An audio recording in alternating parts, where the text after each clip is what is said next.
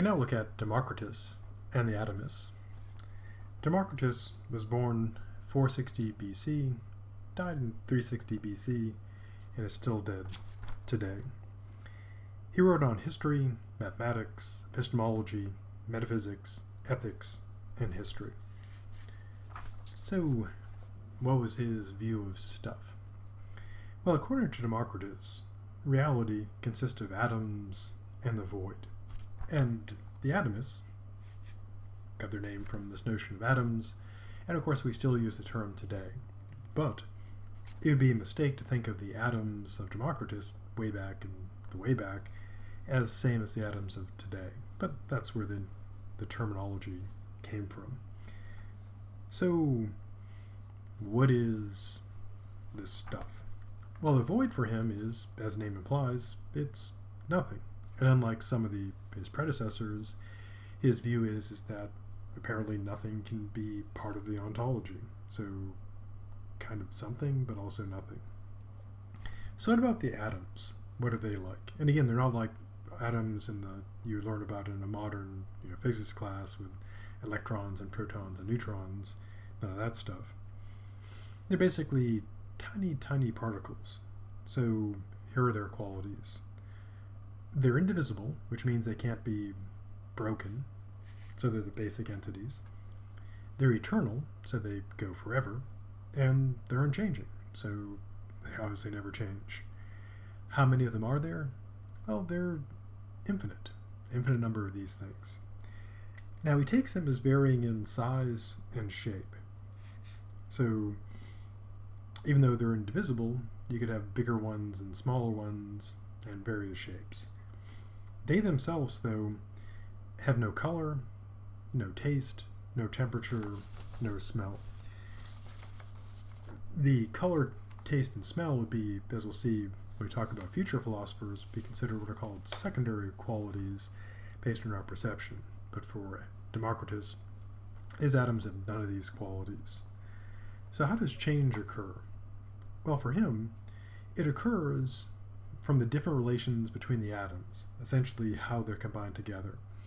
And interestingly enough, this is kind of how we believe it works today.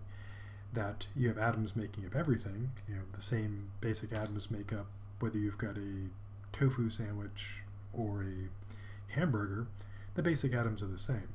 What makes it different, though, is how everything's arranged. So tofu and hamburger ultimately made up the same stuff, but, of course, very different sorts of things.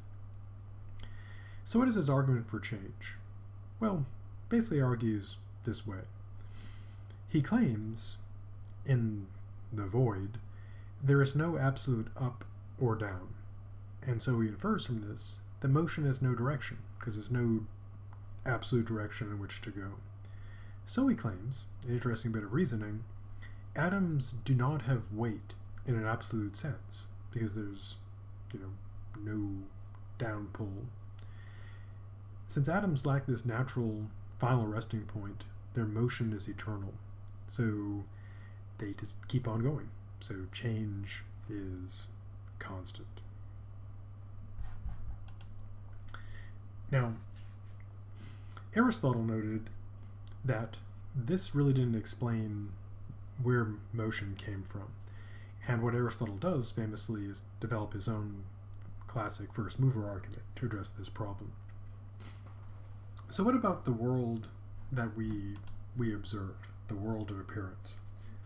Well, according to Democritus, the movements and shapes of these atoms produce these interactions and combinations which give us the qualities of sense experience. So, for example, he breaks this all down into kind of recipes. Solid matter is produced by atoms that are hooked or rough, so they have definite shapes. And so a solid object like a table or a chair would be made of these hooked or rough atoms.